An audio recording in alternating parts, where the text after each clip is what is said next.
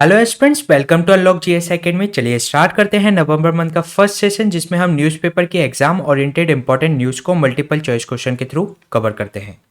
तो चलिए देख लेते हैं आज हम कौन से टॉपिक कवर करने वाले हैं। प्रीवियस अक्टूबर मंथ की न्यूज़ को भी हमने इसी तरीके के एग्जाम ओरिएंटेड क्वेश्चंस के थ्रू कवर किया था, जिसकी प्लेलिस्ट आपको डिस्क्रिप्शन में मिल जाएगी। आज हम बात करेंगे गैंगेटिक डॉल्फिन्स के बारे में, देन हम चर्चा करेंगे गल्फ कॉपरेशन काउंसिल के बारे में, साउथ के एक इंपॉर्टेंट पर्सनैलिटी पसुम्पन मुथु रामलिंगम थेबर जी के बारे में चर्चा करेंगे।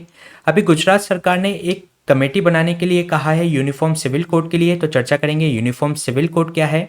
इंटरनेशनल एनर्जी एजेंसी के बारे में डिस्कस करेंगे। Investor education protection fund authority क्या है, इसके बारे में जानेंगे। तो चलिए स्टार्ट करते हैं आज का सेशन। ये क्वेश्चन गैंगेटिक डॉल्फिन से संबंधित है, जिसके रिगार्डिंग आपको 3 स्टेटमेंट दिए गए हैं। फर्स्ट स्टेटमेंट में आपसे कहा गया है कि जो गैंगेटिक रिवर डॉल्फिन है ये केवल फ्रेश वाटर में रह सकती है, ये ब्लाइंड होती है और अपने प्रे को पकड़ने के लिए एक यूनिक मैनर का यूज करती है, ये अल्ट्रासोनिक साउंड वेव्स का यूज करती है। सेकेंड स्टेटमेंट में आपसे कहा गया है कि इसका जो आयुषियन स्टेटस है गैंगेटिक रिवर डॉल्फिन का, ये वल्नरेबल है। थर्ड स्टेटमेंट में आपसे कहा गया है कि ये 22 स्पीसीज में से एक है जो कि आइडेंटिफाई की गई है under the centrally sponsored scheme development of wild life habitat के अंतर्गत। तो इसमें आपको करेक्ट स्टेटमेंट फाइंड आउट करना है। तो चलिए देख लेते हैं इसका आंसर। इसमें जो फर्स्ट स्टेटमेंट में बात की गई है कि जो गैंगेटिक रिवर डॉल्फिन है ये फ्रेश वाटर में रह सकती है केवल, इसके अलावा ये ब्लाइंड होती है और जो अपने प्रे को पकड़ने के लिए ये अल्ट्रासोनिक साउंड वेव्स का यूज करती है, तो ये करेक्ट स्टेटमेंट है। सेकंड स्टेटमेंट में जो बात की गई है कि जो गैंगेटिक डॉल्फिन है ये वल्नरेबल है, इसका आयुषियन स्टेटस, तो ये रॉन्ग है क्योंकि इसका जो आयुषियन स्टेटस है वह इंडेंजर्ड है, इसलिए ये स्टेटमेंट रॉन्ग हो जाता है। थर्ड स्टेटमेंट में जो बात की गई है कि ये 22 स्पीसीज में से एक है जो कि आइडेंटिफाई की गई है under the centrally sponsored scheme development of wild life habitat के अंतर्गत, तो ये करेक्ट स्टेटमेंट है, इसलिए इसका जो आंसर हो जाएगा वह 1 एंड 3 ओनली। चलिए देख लेते हैं इसके रिसेंट कॉन्टेक्स्ट के बारे में। अभी जो डॉल्फिन्स है उनका गंगा रिवर में उनका वापस आना शुरू हो गया है, क्योंकि नमामि गंगा जो प्रोग्राम चल रहा है, जो गंगा की रिवर की जो क्वालिटी है उसको इम्प्रूव करने के लिए, तो इसके कारण से इसके इफेक्ट के रूप में इसको देखा जा रहा है। एट प्रेजेंट अगर हम पॉपुलेशन की बात करें जो गैंगेटिक डॉल्फिन्स की, तो उत्तर प्रदेश में अगर हम बात करें तो ये 600 इनकी पॉपुलेशन है। अगर हम बात करें इनके प्रोटेक्शन स्टेटस की, तो जो डॉल्फिन है वह वाइल्ड लाइफ प्रोटेक्शन एक्ट जो हमारा 1972 का एक्ट है, जिसके अंतर्गत 6 शेड्यूल शामिल हैं, उसमें से शेड्यूल 1 में ये इनको संरक्षण प्रदान किया गया है। इसके अलावा जो साइट्स है convention of international trade in endangered species, जिसमें 3 अपेंडिक्स होती हैं, उसमें अपेंडिक्स 1 के अंतर्गत इनको प्रोटेक्शन दिया गया है। इसके अलावा जो कन्वेंशन ऑफ माइग्रेटरी स्पीसीज होती है, जिसको हम बोन कन्वेंशन के नाम से भी जानते हैं, उसमें अपेंडिक्स 2 में इनको प्रोटेक्शन प्रोवाइड कराया गया है। अगर हम इनके आयुषियन स्टेटस की बात करें, तो ये आयुषियन की जो रेड लिस्ट निकलती है उसके अंतर्गत ये इंडेंजर्ड स्पीसीज के रूप में है। इसके अलावा जो सेंट्रल गवर्नमेंट के द्वारा जो 22 स्पीसीज को आइडेंटिफाई किया गया है under the centrally sponsored scheme development of wild life habitat के अंतर्गत, तो उसमें से भी एक गैंगेटिक डॉल्फिन शामिल है। अगर हम बात करें इसके कैरेक्टरिस्टिक फीचर की, तो गैंगेटिक रिवर जो डॉल्फिन है ये केवल फ्रेश वाटर में रह सकती है, इसके अलावा ये ब्लाइंड होती है और अपने प्रे को पकड़ने के लिए ये अल्ट्रासोनिक साउंड वेव्स का यूज करती है। अगर हम इनके डिस्ट्रीब्यूशन की बात करें, तो ये आसाम, उत्तर प्रदेश, मध्य प्रदेश, राजस्थान, बिहार, झारखंड और वेस्ट बंगाल में पाई जाती है।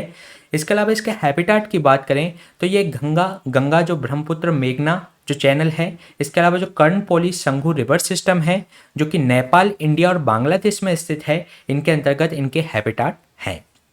अगर हम इनके सिग्निफिकेंस की बात करें, तो ये एक इंडिकेटर स्पीसीज के रूप में जानी जाती है, क्योंकि ये एंटायर रिवर सिस्टम की हेल्थ को डिनोट करती है। अगर हम इसके ग्लोबल पॉपुलेशन की बात करें, तो गंगा की जो डॉल्फिन है ये एस्टिमेट लगभग इसका देखा जाए तो 4000 के आसपास हैं, जिसमें से 80% हमारे इंडियन सब कॉन्टिनेंट्स में ये मिलती हैं। अगर हम बात कर लें नमामि गंगे प्रोग्राम की, तो ये नमामि गंगा प्रोग्राम एक फ्लैगशिप प्रोग्राम है जो कि यूनियन गवर्नमेंट के द्वारा जून 2014 से चलाया जा रहा है। इसके ट्विन ऑब्जेक्टिव हैं, जिसके अंतर्गत जो पॉल्यूशंस है उसको दूर करना, उसको अवॉइड करना, साथ ही साथ जो उसके कंजर्वेशन और रिजुविनेशन करना नेशनल रिवर गंगा का। ये जो ऑपरेटेड किया जा रहा है department of water resource, river development and Ganga rejuvenation, जो कि मिनिस्ट्री ऑफ जल शक्ति के अंतर्गत आता है। इसके अलावा ये प्रोग्राम है इम्प्लीमेंट किया जा रहा है national mission for clean Ganga, जिसको हम NMCG के नाम से जानते हैं। और इसके अलावा जो इसके स्टेट काउंटर पार्ट हैं जहाँ से गंगा रिवर बहती है जिन स्टेट से, उनके स्टेट काउंटर पार्ट्स जो हैं जिसको हम स्टेट प्रोग्राम मैनेजमेंट ग्रुप्स के नाम से जानते हैं, उनके द्वारा इसको इम्प्लीमेंट किया जा रहा है। अगर हम बात करें जो NMCG है, नेशनल मिशन क्लीन गंगा जो है, वह इम्प्लीमेंट विंग है नेशनल गंगा काउंसिल की, जो कि सेटअप की गई थी 2016 में। रिप्लेस किया था इसने national Ganga river basin authority को, जो कि 1985 में इस्टेब्लिश की गई थी। अगर हम इसके फंड की बात करें तो 20,000 करोड़ का इसको सेंट्रली फंडेड किया गया है, और जो कि नॉन लैप्सेबल है, और जो कि 28 प्रोजेक्ट्स पर काम कर रहा है। इसके अगर हम मेन पिलर्स की बात करें, जो गंगा नेशनल नमामि गंगा जो प्रोग्राम है उसके जो मेन पिलर्स हैं, सीवेज ट्रीटमेंट इंफ्रास्ट्रक्चर तैयार करना, जो रिवर है उसके अराउंड रिवर फ्रंट डेवलपमेंट तैयार करना, इसके अलावा जो रिवर सरफेस की क्लीनिंग करना, बायोडाइवर्सिटी जो गंगा के अंतर्गत है उसको प्रोटेक्ट करना, अफॉरेस्टेशन करना, पब्लिक को अवेयर करना गंगा की जो गंदगी हो रही है उसके प्रति। इसके अलावा जो इनके आसपास जो इंडस्ट्रीज लगी हुई है उससे जो इफ्लेंट्स निकलता है उसकी मॉनिटरिंग करना, और जो गंगा के आसपास के जो गांव हैं उसमें गंगा ग्राम स्थापित करना। अगर हम बात करें integrated development wild life habitat के बारे में, तो ये ministry of environment forest and climate change के द्वारा चलाया जा रहा है। ये एक सेंट्रल, ये इसके अंतर्गत प्रोवाइड कराता है फाइनेंशियल और technical assistant to the state and UT governments को, कि वह वाइल्ड लाइफ कंजर्वेशन को जैसी एक्टिविटी को परफॉर्म कर सकें। ये एक सेंट्रली स्पॉन्सर्ड स्कीम है, जो कि 3 कंपोनेंट्स इसके अंतर्गत हैं। ये एक तो प्रोटेक्टेड एरिया, जो कि आपके नेशनल पार्क हो सकते हैं, वाइल्ड लाइफ सेंचुरी हो सकती हैं, कंजर्वेशन रिजर्व और कम्युनिटी रिजर्व हो सकते हैं। इसके अलावा जो स्पीसीज हैं, जो वाइल्ड लाइफ हैं आउटसाइड द प्रोटेक्टेड एरिया हैं, तो उनको भी ये प्रोटेक्शन प्रोवाइड कराता है। इसके अलावा जो स्पीसीज जो IUCN रेड लिस्ट में क्रिटिकली इंडेंजर्ड हैं, उनके लिए रिकवरी प्रोग्राम भी इसके द्वारा चलाया जाता है। अगर हम बात करें इस प्रोग्राम के अंतर्गत integrated development of wild life habitat के अंतर्गत 22 स्पीसीज को इसमें आइडेंटिफाई किया गया है, जिसमें से एक गैंगेटिक डॉल्फिन भी शामिल है। ये क्वेश्चन था हमारा गैंगेटिक डॉल्फिन से संबंधित। चलिए चलते हैं नेक्स्ट क्वेश्चन पे। Next question Gulf cooperation council से संबंधित है, जिसके रिगार्डिंग आपको 3 स्टेटमेंट दिए गए हैं। फर्स्ट स्टेटमेंट में आपसे कहा गया है कि जो गल्फ कॉपरेशन काउंसिल है इस्टेब्लिश की गई थी, एग्रीमेंट कंक्लूड किया गया था 1981 में amongst the Bahrain, Kuwait, Oman, Qatar, Saudi Arab and UAE के बीच में। सेकेंड स्टेटमेंट में आपसे कहा गया है कि जो इसका सेक्रेटेरिएट है लोकेटेड है रियाद, सऊदी अरब में। थर्ड स्टेटमेंट में आपसे कहा गया है कि इसके जो political, economic, social and regional organisation है, जो कि इसके चार्टर्स के अनुसार। तो इसमें आपको करेक्ट स्टेटमेंट फाइंड आउट करना है। तो चलिए देख लेते हैं इसका आंसर। इसमें जो फर्स्ट स्टेटमेंट में बात की गई है कि इसको इस्टेब्लिश किया गया था 1981 में amongst the Bahrain, Kuwait, Qatar, Saudi Arabia and UAE के बीच में, तो ये करेक्ट स्टेटमेंट है। सेकेंड स्टेटमेंट में जो बात की गई है कि इसका जो सेक्रेटेरिएट है रियाद, सऊदी अरब में है, तो ये भी करेक्ट है। और इस थर्ड स्टेटमेंट में जो बात की गई है अकॉर्डिंग टू इट्स चार्टर, ये एक political, economic, social and regional organisation है, तो ये भी करेक्ट स्टेटमेंट है। इसलिए इसका जो आंसर हो जाएगा D 1, 2 एंड 3। इसकी अगर हम बात करें तो गल्फ कॉपरेशन काउंसिल है, ये 6 कंट्रीज़ के अंतर्गत शामिल है, जिसमें सऊदी अरब है, UAE है, कतर है, कुवैत है, ओमान और बहरीन इसके अंतर्गत शामिल है। इसके अगर हम हेड क्वार्टर की बात करें तो ये रियाद, सऊदी अरब में स्थित है। इसका जो बेसिक ऑब्जेक्टिव है कि कोऑर्डिनेट करना, इंटीग्रेट करना, साथ ही साथ इंटरकनेक्शन स्थापित करना to the member state in all fields. अगर हम बात करें तो इंडिया ऑलरेडी इम्प्लीमेंट कर चुका है फ्री ट्रेड एग्रीमेंट फिर UAE के साथ इन मई दिस ईयर। इसके अलावा उसका प्रयास किया जा रहा है कि गल्फ कॉपरेशन जो काउंसिल है उसके अंतर्गत भी फ्री ट्रेड एग्रीमेंट लागू किया जाए।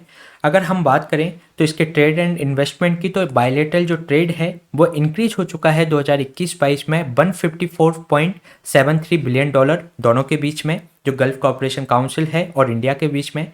इसके अलावा जो गल्फ कॉपरेशन काउंसिल और इंडिया के बीच में एक फ्रेमवर्क एग्रीमेंट भी साइन किया गया था for enhancing developing economic cooperation in 2004 के अंतर्गत। अगर हम ऑयल एंड गैस इंपोर्ट की बात करें तो जो सऊदी अरब और UAE है हमारे लीडिंग सोर्स हैं for crude oil imports in India.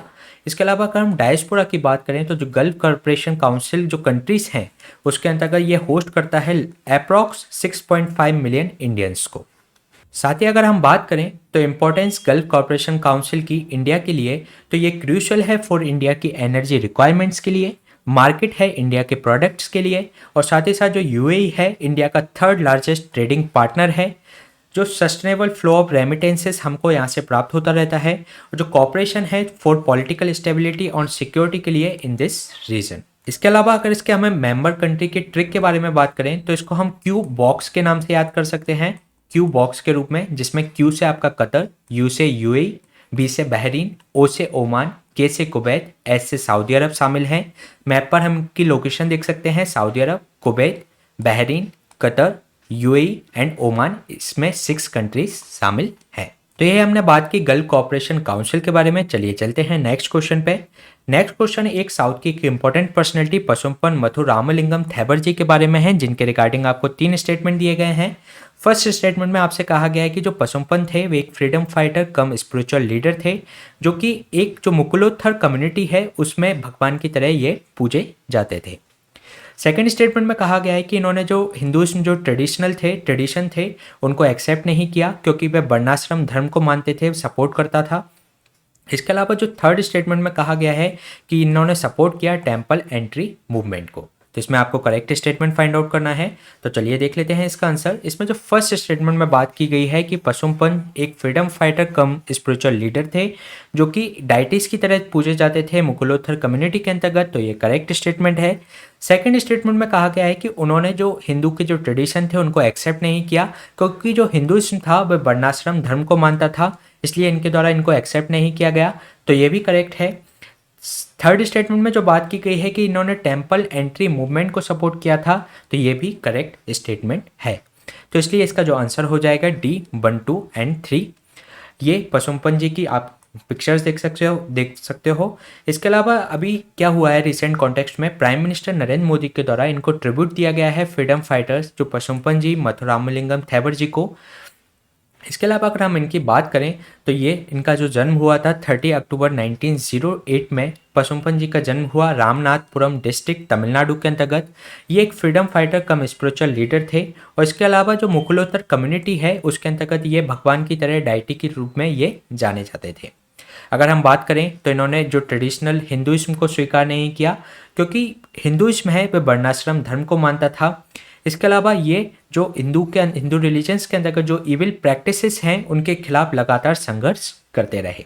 अगर हम इनकी मेंबरशिप ऑफ कांग्रेस की बात करें तो थैवर फुल टाइम मेंबर बन गए थे कांग्रेस पार्टी के, जो कि 1927 में जो कांग्रेस सेशन हुआ था मद्रास में उसके अंतर्गत ये एक वॉलंटियर के रूप में इसमें शामिल हुए थे at the age of just 19। अगर हम बात करें नेताजी के साथ, नेताजी सुभाष चंद्र बोस के साथ भी इनके काफ़ी अच्छे संबंध थे। इन्होंने जो नेशनल पार्लियामेंट्री कॉन्स्टिट्यूंसी में ये 3 टाइम्स इलेक्ट हुए, जो कि all India forward block party से ये थे। ये इन्होंने सपोर्ट किया था टेम्पल एंट्री मूवमेंट को। साथ ही साथ इन्होंने जो एक्टिविस्ट थे वैद्यनाथ अय्यर जी, जिन्होंने मीनाक्षी टेम्पल में दलित की एंट्री के लिए प्रयास किया था, तो इनके द्वारा उन वैद्यनाथ अय्यर जी को भी सपोर्ट किया गया था। अगर हम बात करें तो जो क्रिमिनल ट्राइब्स एक्ट था, इनके जो एफर्ट्स के कारण 1946 में क्रिमिनल ट्राइब्स एक्ट को रिपील कर दिया गया। क्रिमिनल ट्राइब्स एक्ट के अंतर्गत वह क्रिमिनलाइज करती थी एंटायर कम्युनिटी को, जो कि डेजिग्नेट करती थी उनको एक हैबिचुअल क्रिमिनल्स के रूप में।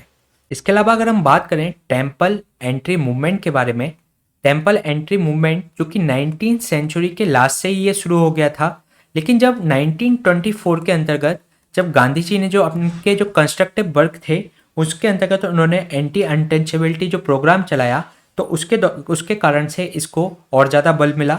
इस मूवमेंट के अंतर्गत यह प्रयास किया जाता था जो अवर्णास थे उनको मंदिरों में प्रवेश दिया जाए, और इसके लिए गांधीवादी तरीके को अपनाया जाता था। इसको बाइकुम सत्याग्रह के नाम से भी जाना जाता था। और अगर हम इसमें जो बात करें इंपॉर्टेंट पर्सनैलिटी इससे संबंधित थी, गांधी जी ने भी इस आंदोलन को सपोर्ट किया। इसके अलावा जो श्री नारायण गुरु थे उनके द्वारा भी इसको सपोर्ट किया गया। इसके अलावा जो केपी केशव और जो आपके टीके माधवन थे वे भी इस आंदोलन से जुड़े रहे। साथ ही जो ईवी स्वामी पेरियार थे वे भी इस आंदोलन के साथ शामिल थे। इसके अगर इफेक्ट की बात करें तो 1936 में क्या हुआ, जो महाराज थे त्रावणकोर के, उन्होंने एक प्रोक्लेमेशन जारी किया जिसके अंतर्गत उन्होंने कहा जो कि गवर्नमेंट कंट्रोल टेम्पल्स हैं वे सभी धर्मों के लिए खोल दिए जाएं, जिसके कारण से जो अवर्न्स थे उनकी मंदिरों में एंट्री शामिल हो सकी। तो ये हमने बात की थैबर जी के बारे में। चलिए चलते हैं नेक्स्ट क्वेश्चन पे। Next question uniform civil code से संबंधित है, जिसके रिगार्डिंग आपको 3 स्टेटमेंट दिए गए हैं। फर्स्ट स्टेटमेंट में आपसे कहा गया है कि आर्टिकल 42 ऑफ द कॉन्स्टिट्यूशन है, ये स्टेट के लिए ये प्रयास करने के लिए कहता है कि वह सिक्योर करेगा uniform civil codes for the all the citizens throughout the territories of the India.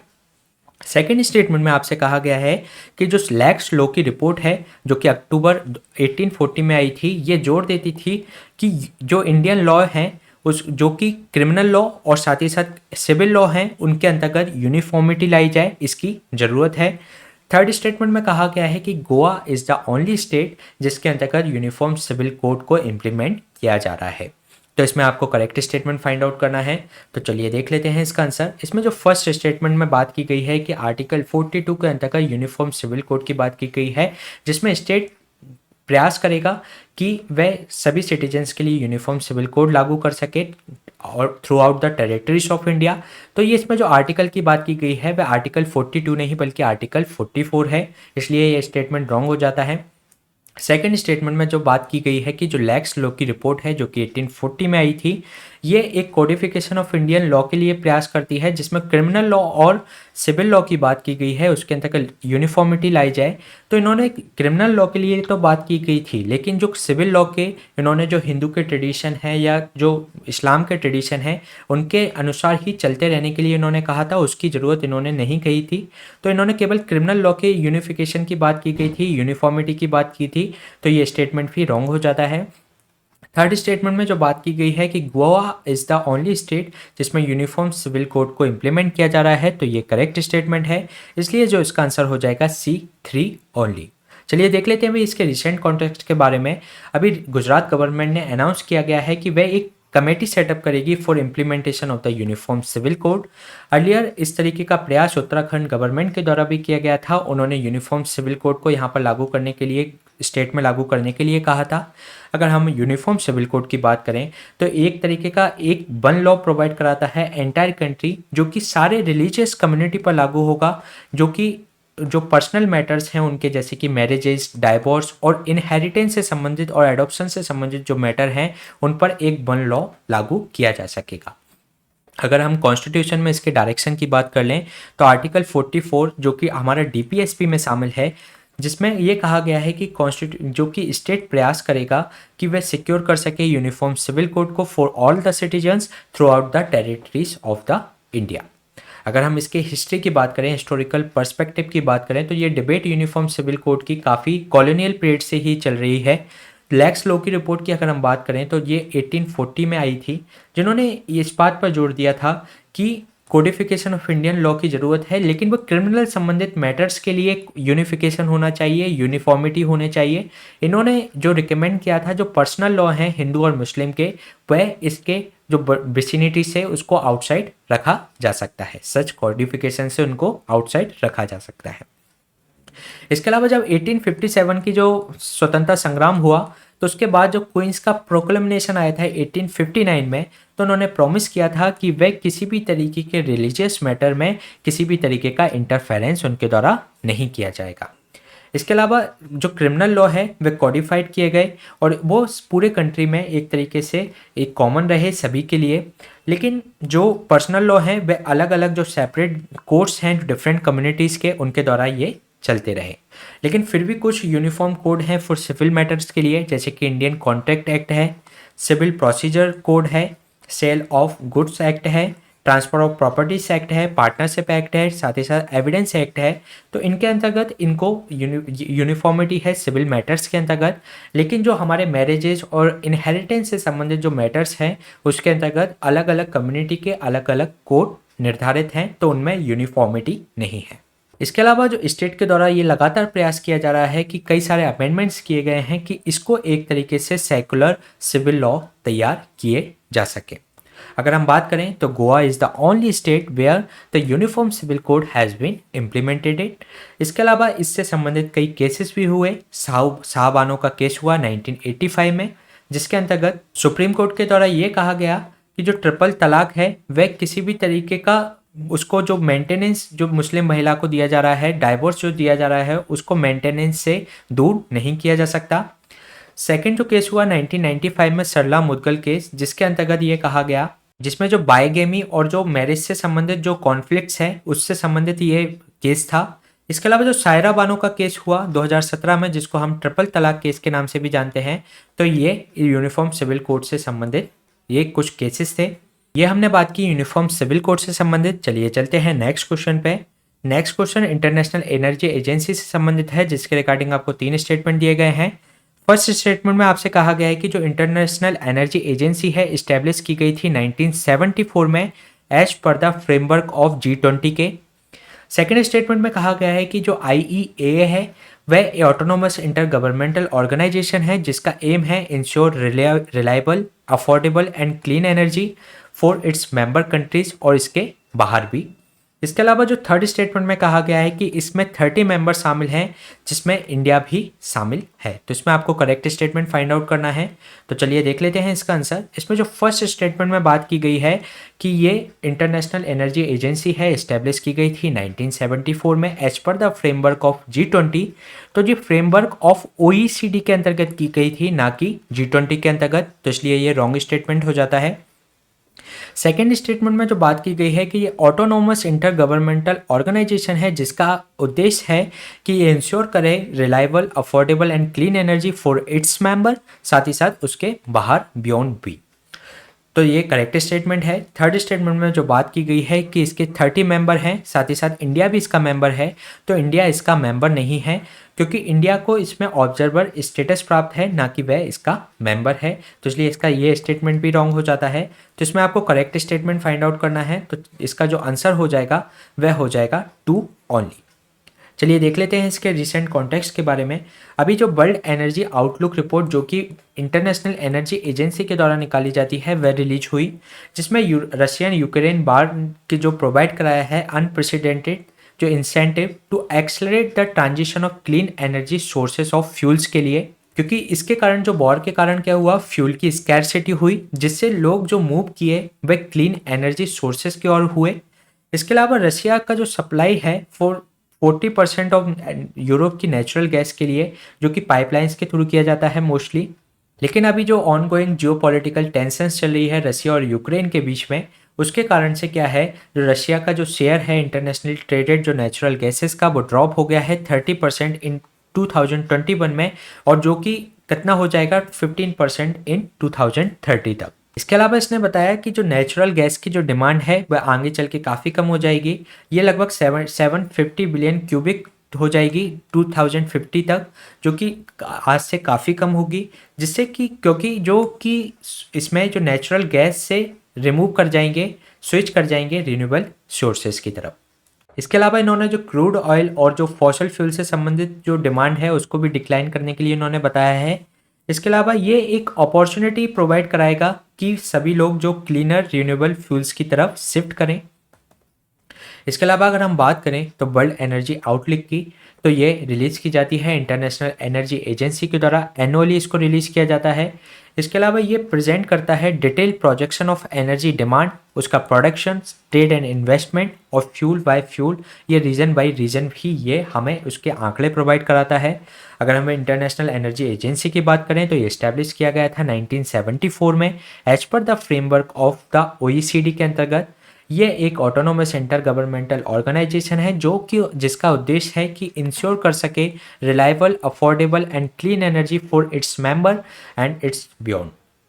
अगर इसके हम कंपोजिशन की बात करें तो 30 मेंबर इसके एट प्रेजेंट मेंबर हैं। जो IEA फैमिली की अगर हम बात कर लें तो 8 एसोसिएशन मेंबर भी इसके अंतर्गत शामिल हैं, जिसमें इंडिया भी इसका एसोसिएटेड मेंबर है। इसके अलावा इसकी जो कैंडिडेट कंट्री हैं वह मेंबर कंट्री हैं OECD की भी। साथ ही साथ IEA के द्वारा कुछ रिपोर्ट्स भी निकाली जाती हैं, जिसमें वर्ल्ड एनर्जी आउटलुक तो है ही, साथ ही साथ global energy CO2 status report इसके द्वारा निकाली जाती है। इसके अलावा वर्ल्ड एनर्जी स्टैटिस्टिक्स इसके द्वारा निकाली जाती है। साथ ही world energy balance, energy technology perspective reports भी इसके द्वारा प्रोवाइड कराई जाती है। तो ये हमने बात की इंटरनेशनल एनर्जी एजेंसी से संबंधित। चलिए चलते हैं नेक्स्ट क्वेश्चन पे। नेक्स्ट क्वेश्चन है हमारा investor education and protection fund authority से संबंधित, जिसमें आपको 3 स्टेटमेंट दिए गए हैं और इसमें आपको इनकरेक्ट स्टेटमेंट फाइंड आउट करना है। फर्स्ट स्टेटमेंट में आपसे कहा गया है कि जो investor education and protection fund authority है इस्टेब्लिश की गई थी 2016 में under the ministry of education. Second statement में आपसे कहा गया है कि जो IEPF है ये फंडेड किया जाता है अमाउंट विच हैव रिमेन्ड, जो अनपेड रह जाता है या अनक्लेम्ड रह जाता है for a period of 7 years. Third statement में कहा गया है कि ये फंड है मेंटेन किया जाता है पब्लिक अकाउंट ऑफ इंडिया जो कि कॉन्स्टिट्यूट किया गया है under the constitution 266 sub article 2 के अंतर्गत। तो इसमें आपको इनकरेक्ट स्टेटमेंट में फाइंड आउट करना है, तो इसमें ये ध्यान दे दीजिएगा क्योंकि इसमें आपको इनकरेक्ट स्टेटमेंट फाइंड आउट करना है। तो इसमें जो फर्स्ट स्टेटमेंट में अगर हम बात करें तो जो IEPF है वह इस्टेब्लिश किया गया था 2016 में under the ministry of education. तो ये रॉन्ग स्टेटमेंट है क्योंकि ये मिनिस्ट्री ऑफ कॉरपोरेट अफेयर्स के अंतर्गत स्थापित किया गया था 2016 में, ना कि मिनिस्ट्री ऑफ एजुकेशन के अंतर्गत, तो इसलिए ये रॉन्ग स्टेटमेंट हो जाता है। सेकेंड स्टेटमेंट में जो बात की गई है इसको फंड किया जाता है by the amount which have remained unpaid और अनक्लेम्ड रह जाता है पीरियड ऑफ 7 ईयर्स, तो ये करेक्ट स्टेटमेंट है। थर्ड स्टेटमेंट में जो बात की गई है कि ये जो मेंटेन किया जाता है under the public account of India was constituted under the article 262 sub clause 2, तो ये रॉन्ग स्टेटमेंट है क्योंकि ये कंसोलिडेटेड फंड ऑफ इंडिया के अंतर्गत इसको मेंटेन किया जाता है जो कि 266 के अंतर्गत आता है। तो इसमें हमको इनकरेक्ट स्टेटमेंट फाइंड आउट करना है। तो फर्स्ट और जो 3 स्टेटमेंट है वह इनकरेक्ट है, इसलिए इसका जो आंसर हो जाएगा वह 1 और 3 ओनली। अभी इसके रिसेंट कॉन्टेक्स्ट की बात करें तो IEPFA का जो ऑर्गेनाइज किया गया इन्वेस्टर एजुकेशन अवेयरनेस और प्रोटेक्शन कॉन्फ्रेंस इन श्रीनगर में। इसके अलावा इसमें जो मेजर इनिशिएटिव लिए गए IEPFA मैस्कोट जो कि फंडू के नाम से जाना गया। इसके अलावा निवेशक दीदी जो कि गाइड इन्वेस्टमेंट जो कि स्पेशली रहेगी फॉर वुमेन्स। इसके अलावा निवेशक सारथी रहेगा जो कि इन्वेस्टर्स जो अवेयरनेस बैन के रूप में इसको यूज किया जाएगा। इसके अलावा एक इन्वेस्टर्स हैंडबुक भी इसके अंतर्गत रिलीज की गई। अगर हम IEPFA के बारे में बात करें तो ये इस्टेब्लिश किया गया था 2016 में under the ministry of corporate affairs के अंतर्गत। ये एडमिनिस्ट्रेट करता है इन्वेस्टर एजुकेशन प्रोटेक्शन फंड को, साथ ही साथ ये रिफंड करता है जो शेयर और जो अनक्लेम्ड जो डिविडेंड रह जाते हैं मैच्योर डिपॉजिट टू इन्वेस्टर्स के। ये फंडेड होता है जो अमाउंट जो dividend applications money mature deposits जो कि रिमेंड रह जाते हैं अनपेड और unclaimed for a period of 7 years. इसके अलावा जो फंड है मेंटेन किया जाता है for the consolidated fund of India के अंतर्गत जो कि कॉन्स्टिट्यूशन के आर्टिकल 266 के अंतर्गत है। तो ये इसका मैच कोड है, फंडू के नाम से इसको जाना गया है। ये है इसमें हमने बात की investor education and protection fund authority के बारे में। इसी तरीके के सेशन हम आपके बीच में लाते रहेंगे। Please subscribe the unlock GS academy and please stay tuned. Thank you.